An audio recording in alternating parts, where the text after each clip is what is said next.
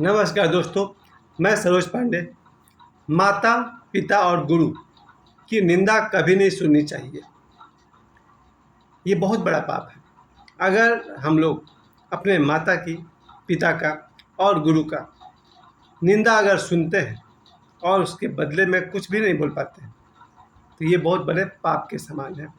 क्यों पाप है माता पिता और गुरु की निंदा सुनना? क्योंकि मेरे हिसाब से तो कोई अगर मेरे माता की निंदा कर ही दे तो क्या मेरी माँ छोटी हो जाएगी? कोई मेरे पिताजी के खिलाफ बोल ही दे तो क्या मेरे पिताजी जो हैं वो नहीं रहेंगे, छोटे हो जाएंगे? या कोई मेरे गुरु को अगर कुछ उल्टा सीधा बोल देगा तो क्या मेरे गुरु छोटे हो जाएंगे?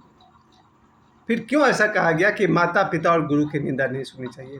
हाँ, उसका महत्व है।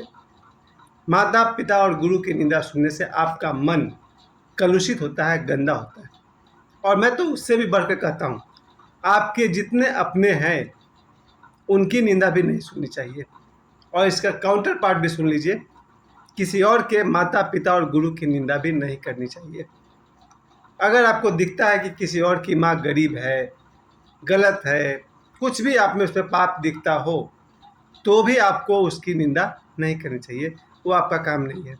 किसी के पिता गरीब हों, चोर हों, बेईमान हों, तो उनकी भी निंदा करना आपका काम नहीं है।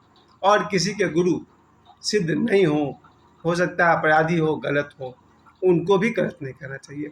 क्योंकि मेरे इक्वेशन में अपने माता पिता और गुरु की निंदा नहीं सुननी चाहिए और दूसरे के माता पिता और गुरु की निंदा नहीं करनी चाहिए।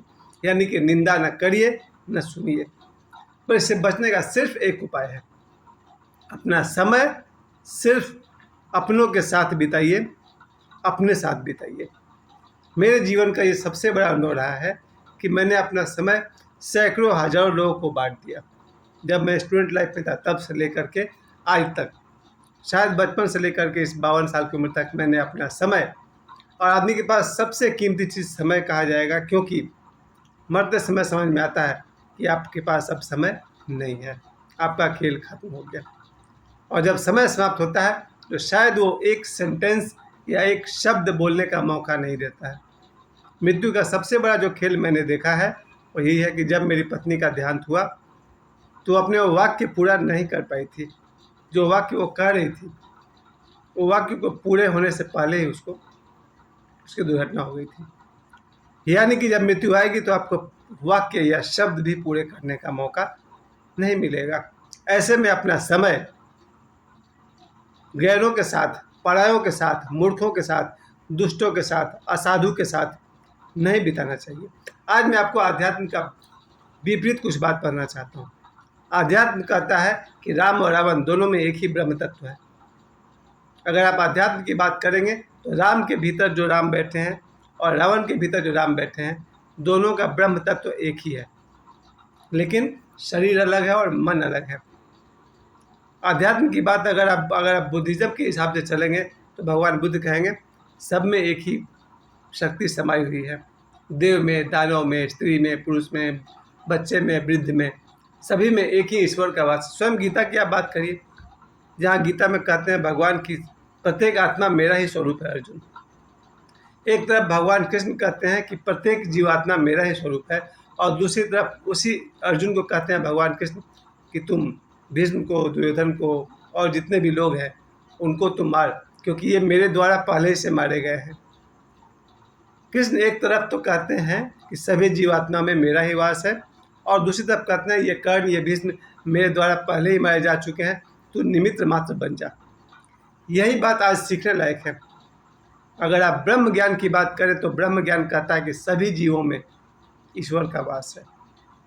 दुष्टों में, संतों में, साधु में, असाधु में, अपने में, पराये में, देशी विदेशी, सब में एक ही ईश्वर का वास है। अगर उसके अनुसार चलेंगे, वो अभी समय नहीं आया है।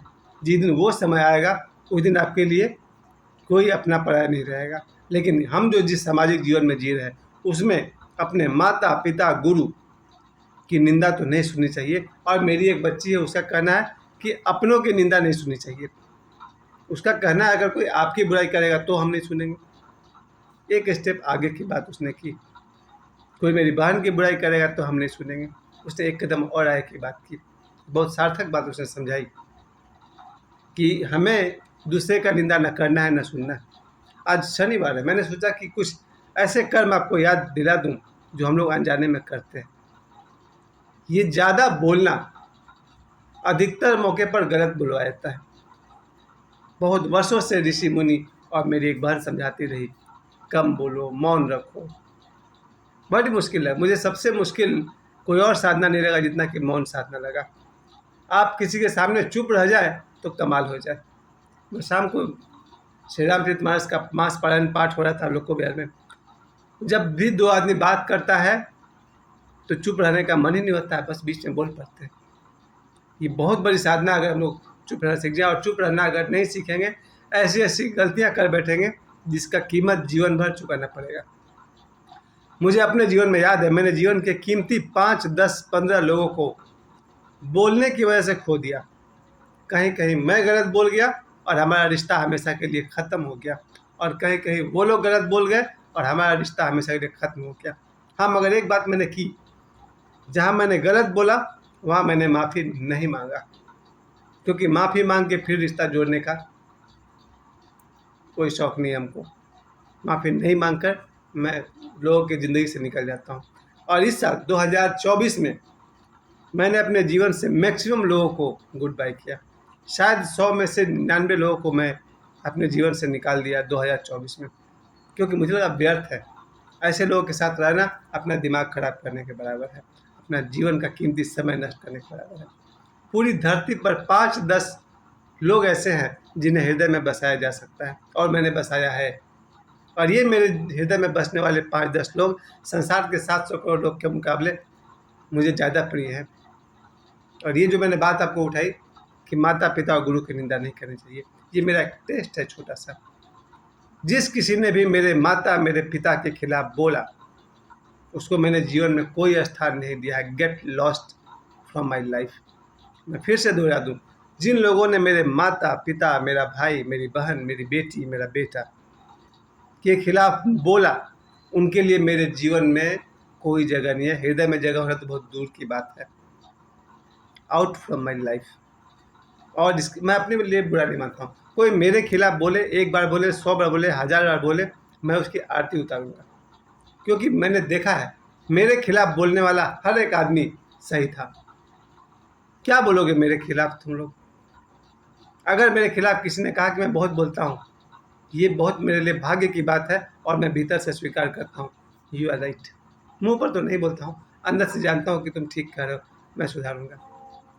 अगर मुझसे कोई भूल होती है 1, 2, 3, 10, और कोई मुझसे कहता है तुम गलत हो, इससे ज़्यादा खुशी की बात मेरे लिए कुछ नहीं है। कोई मुझे मेरी गलती बता रहा है, लेकिन बिना उसके मुंह पर धन्यवाद दिए मैं चुपचाप जानता हूँ कि तुम ठीक बोल रहे हो। हालांकि तुम अपने दुष्टता में से बोल रहे हो, आउट ऑफ योर रास्कलनेस ये बोल रहे हो। मेरे जीवन में 2, 4, 5 लोग ऐसे हैं, इतने दुष्ट हैं कि अपने दुष्टता से तंग आकर वो लोग हमको बोलते हैं तुम्हारा में ये खराबी है, तुम्हारे में वो खराबी है। और मैं भीतर भीतर कहता हूँ तुम्हारा धन्यवाद, क्योंकि जो जो बुराई तुमने मेरे में निकाला है, मैं कल से अपने जीवन में जहाँ जहाँ मौका आएगा उन बुराइयों को मैं दूर करूँगा। लेकिन उसके मुंह पर धन्यवाद नहीं करता हूँ, क्योंकि मैं जानता हूँ वो अपनी दुष्टता से के स्वभाव के कारण बोल रहा है। यानी कुछ लोग इतने दुष्ट हैं कि मेरे पिताजी के खिलाफ बोल देते हैं। मेरे पिताजी इस धरती के भगवान हैं, और उनके खिलाफ कल किसी ने कह दिया था, आज है कल नहीं रहेंगे, तो क्या करोगे? भाई तुम्हें क्या ज़रूरत है ये राय देने की?